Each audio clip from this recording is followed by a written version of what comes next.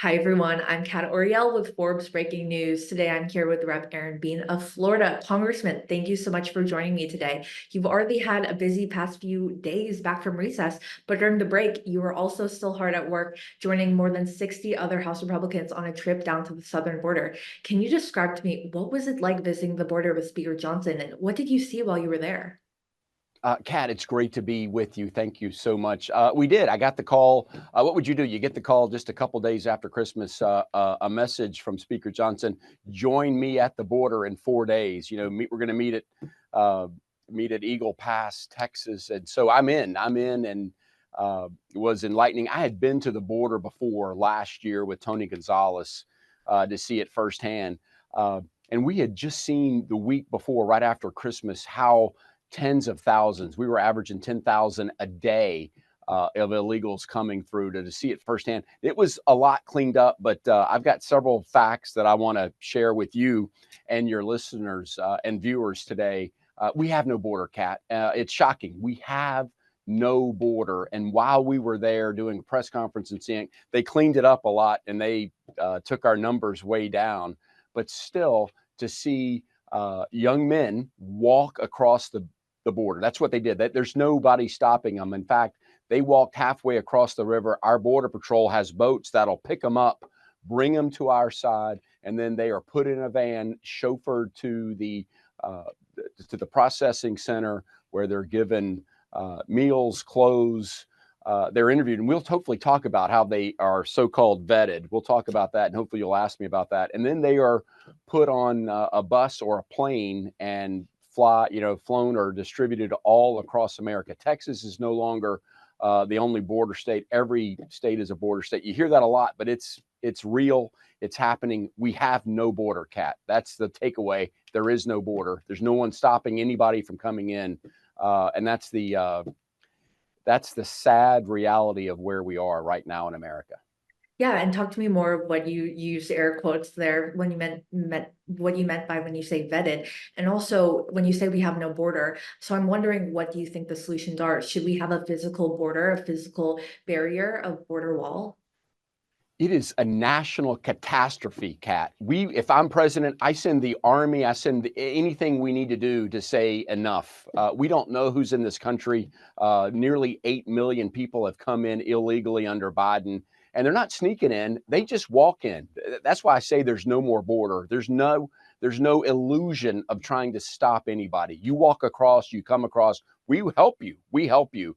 And you've seen several times, or where Texas has put up extra border wire and the buoy border anti-border crossing, and Biden has sued them to take down additional barriers. But our own Border Patrol has cut border wire to allow more people in. So make no mistake, if you think there's a border, or if you think there's any instance where we're trying to protect it, you are sadly mistaken. So we just assume, as Americans, we assume that everybody coming in our country is getting vetted. I'm gonna walk you through the vetting process. Kat, you come and a processor asks you for any ID or papers. If you have them, we just take whatever you give us. We take that as law of the land, and that's who you say you are. We run it through a database. If we don't find your name on the terrorist watch list, then you're good to go. Welcome, come on in. If you don't have papers, you can just tell them anything. Tell them what's your birthday. You can tell them your name. You can make somebody up new. We do not check. We say, okay, if I want to say my name is Cat Oriel, they will take it. They will say, welcome, Cat. We're glad to have you here. There's no background screening. There's no medical test. You could have any type of disease, and you are welcome. That puts our country in just an extremely dangerous position. We saw Israel. What happens when you let bad actors in your country, or when they come in? Who knows? There already could be bad actors laying in wait now. But there is no greater danger to our country to having open borders. The question, Kat, and no one in the media will ask Joe Biden this. Maybe you will if you get a chance. Why? Why are they doing this on purpose? Because, Kat, they are. It is intentionally being done that our border is open. So why? How many is too many? But I think just in their twisted mind, they think these are going to be future Democratic voters, or they're going to vote for the Democrats down the road. But our country may be destroyed by then. Who knows, Kat? But it is something that every American should be weary of. Are you saying that potentially, I mean, you can't get into the minds of the Democrats and Joe Biden, but maybe they somehow think that these migrants, if they were to become voting citizens, or in some places, potentially they could vote even if they aren't citizens, maybe they could end up voting for Biden because Biden has made it easier for them to come to the country. Yeah, I think that's their twisted take, but we don't know. And now when we're at the border, it's not people from Mexico. It's people from dozens and dozens of countries, including countries that they don't like us: China, Iran, Venezuela, other countries that we just don't know. We don't know. We ask leading questions. They ask these questions: are you scared to go back? Are you unable to go back to your home country because of fear of persecution? All they do is say yes, and they say welcome, or you're staying, and here's your bus ticket, here's your airline ticket. Oh, we have to fly you at 2 o'clock in the morning because we don't want to alert anybody that you're coming, but pick your city and you're good to go in the middle of the night. And then but there is something happening out there. People are waking up, Kat. Particularly those people waking up are Democratic governors. They're getting frustrated. They still want to blame Greg Abbott, the governor of Texas. They want to blame this all on Greg Abbott, but eventually their eyes are going to be opened. It's not Greg Abbott. It is Joe Biden. Joe Biden is the man behind the curtain, or at least whoever's behind Joe Biden's curtain is making this happen. So why Joe Biden? Why are you doing this, Joe Biden? And how many is too many? Yeah. Kat, here's the shocking news of why people are waking up in New York City, Madison School. There's a school, and you know this already. They are kicking every student out of the school for it to be commandeered and to serve as housing of illegal aliens.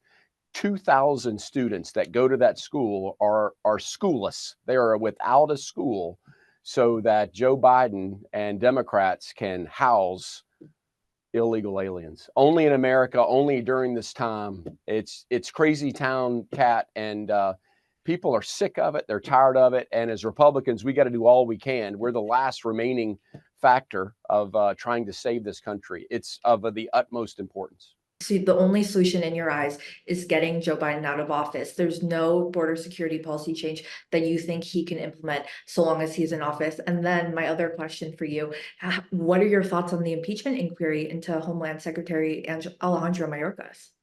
Well, two great questions, Kat, and I want to thank Forbes for just being at the forefront of things shaking it up in America. I mean, you've cut to the issue. These are the issues. And Steve Forbes, who was my commencement speaker in college, who was preaching tax cuts and a strong economy. When we are strong economically, we are strong for the world, and the world looks for America to be strong. Joe Biden has all, here's the irony, Joe Biden has all of the tools necessary to close this border should he wish to. But you know what, Kat? He doesn't want it. He wants this border open. He wants to continue to bring people in illegally. And so it's Joe Biden. We definitely need a change. I'm willing to support any and everybody, any candidate that has an R by their name that's committed to America first. Then we need to have a change in the White House. So Joe Biden's doing it on purpose. Somebody new will protect this country. I am all in to do it. Mayorkas has got to go. Secretary Mayorkas has not told us the truth, has been derelict in his duties, needs to go. His credibility is shot. He needs to go. And I know some will say, well, it doesn't matter because whoever he's replaced with, and you'll probably say the Senate will never impeach him anyway. But you know what? It crystallizes the frustration of hardworking Americans across America that are sick of it. They're sick of following the rules and seeing the rules not being enforced. And right now it's Mayorkas is in charge of it. He's the one that has to accept responsibility for it. So I am ready to make a change and to say, Mayorkas, it's time for you to go. Thank you so much for your time today, Congressman. Cat Oriel, thank you, and thank Forbes for, like I said, bringing this to the forefront. I look forward to crossing paths with you all the time. Please give Steve my best.